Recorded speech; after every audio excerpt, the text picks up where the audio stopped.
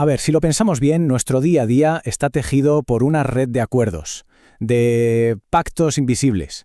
Desde el gesto más simple hasta la decisión más importante, estamos todo el tiempo haciendo y cumpliendo promesas. Y lo curioso es que muchas veces ni nos damos cuenta de lo que eso implica legalmente. Ok, a ver, una pregunta rápida. ¿Qué tienen en común algo tan simple como comprar un café por la mañana con, no sé, pedir un préstamo al banco o firmar el contrato de alquiler? A primera vista parecen cosas totalmente distintas, ¿verdad? Pero no, comparten algo esencial en el fondo. Pues que todas, absolutamente todas, crean una obligación, así con mayúsculas. Esa es la palabra clave de hoy. Es como el protagonista de esta historia, ¿saben? Y es que este concepto es lo que le da forma y sobre todo confianza a cómo nos relacionamos los unos con los otros. Bueno, vamos con la primera parte, el acuerdo invisible. Aquí vamos a desgranar qué es exactamente una obligación y por qué es básicamente el pilar que sostiene todo, lo que hace que las promesas no se las lleve el viento. Entonces, ¿qué es? Pues legalmente hablando se define como una relación jurídica, o sea, un lazo legal.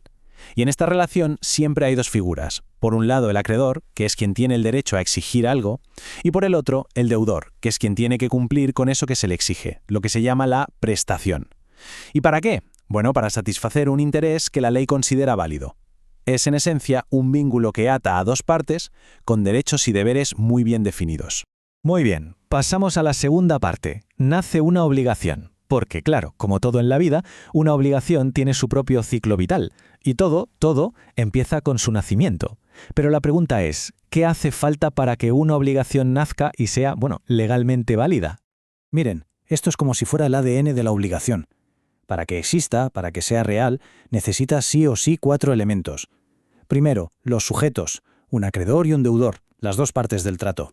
Segundo, el objeto, o sea, la cosa concreta que hay que hacer, dar o incluso no hacer. Tercero, el vínculo jurídico, ese es el pegamento legal que los une. Y cuarto, la causa, el porqué, el origen de todo. Si falla uno solo de estos 4, es simple, no hay obligación, se cae todo. Vamos con la tercera sección, cumpliendo la promesa. Porque una vez que la obligación ya ha nacido, su única razón de ser, su propósito, es que se cumpla. Pero ojo, porque aquí la cosa se pone interesante. No todas las promesas se cumplen igual. De hecho, la propia ley hace una distinción que es crucial, porque dependiendo de la naturaleza de ese compromiso, todo puede cambiar. Y esa distinción es la que hay entre las obligaciones de medios y las de resultado. Suena técnico, pero es muy fácil de entender. Pensemos en las de medios, un cirujano, por ejemplo. Él se compromete a usar toda su habilidad, todo su conocimiento, pero no puede garantizar la cura. Su obligación es de medios. Ahora, las de resultado. Una empresa de mensajería que tiene que entregar un paquete. Ahí no vale el hice todo lo posible, o el paquete llega o no se ha cumplido. El compromiso es conseguir un resultado concreto. Como ven, la diferencia es enorme. Y ahora entramos en la parte, digamos, más complicada. Sección 4. Cuando se rompen las promesas. Porque claro, no todo es perfecto. ¿Qué pasa cuando el deudor no cumple? ¿O no cumple a tiempo? Bueno, pues aquí es donde la historia se complica y la ley, digamos que saca los dientes.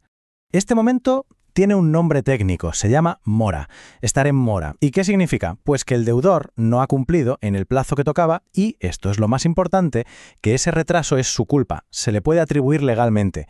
No es un simple despiste, no, es un retraso que tiene consecuencias. Y las consecuencias de estar en mora no son ninguna broma, son muy serias. Primero, el deudor tiene que pagar por los daños y los intereses que ha causado su retraso. Lógico. Segundo, y esto es muy fuerte, asume todo el riesgo. ¿Qué quiere decir esto? Que si a la cosa que tenía que entregar le pasa algo, incluso por un caso fortuito o un desastre natural, la responsabilidad es suya. Y tercero, pierde el derecho a exigirle al otro que cumpla su parte, es decir, se queda sin defensa. Y con esto llegamos a la última etapa, la quinta sección, el apretón de manos final. Porque toda obligación al final está destinada a morir, a terminar. Este es el último capítulo de su ciclo de vida, es lo que llamamos la extinción. A ver, la forma más lógica y natural de que una obligación se acabe es, pagando, cumpliendo. Es el final feliz, por así decirlo. Pero el derecho sabe que la vida es complicada y por eso contempla otros finales, algunos bastante más interesantes. Ya dijimos que la más común es el pago, pero una obligación también puede morir de otras formas. Por ejemplo, por compensación. Esto es cuando dos personas se deben dinero mutuamente y las deudas se anulan hasta donde alcancen. También por novación, que es como cambiar una obligación vieja por una nueva. O por imposibilidad de cumplimiento, si de repente cumplir se vuelve imposible por algo ajeno al deudor. E incluso por remisión, que no es otra cosa que el perdón de la deuda.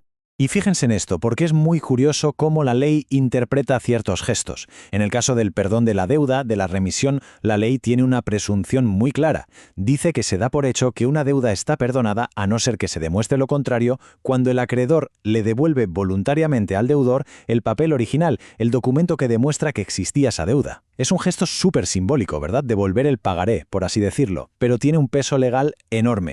Al final, si vemos todo el ciclo completo, desde que nace hasta que muere, nos damos cuenta de algo fundamental. Las obligaciones no son solo reglas aburridas en un código, ¿qué va? Son el esqueleto, la estructura legal que permite que confiemos los unos en los otros en la sociedad. Podríamos decir que son como el sistema operativo de nuestra economía y de nuestras relaciones del día a día. Y todo esto nos deja con una última pregunta en el aire, para que le demos una vuelta. Si estas obligaciones son de verdad la base de la confianza, ¿qué tan sólidas son las que vamos asumiendo nosotros cada día? Esas que aceptamos casi sin darnos cuenta.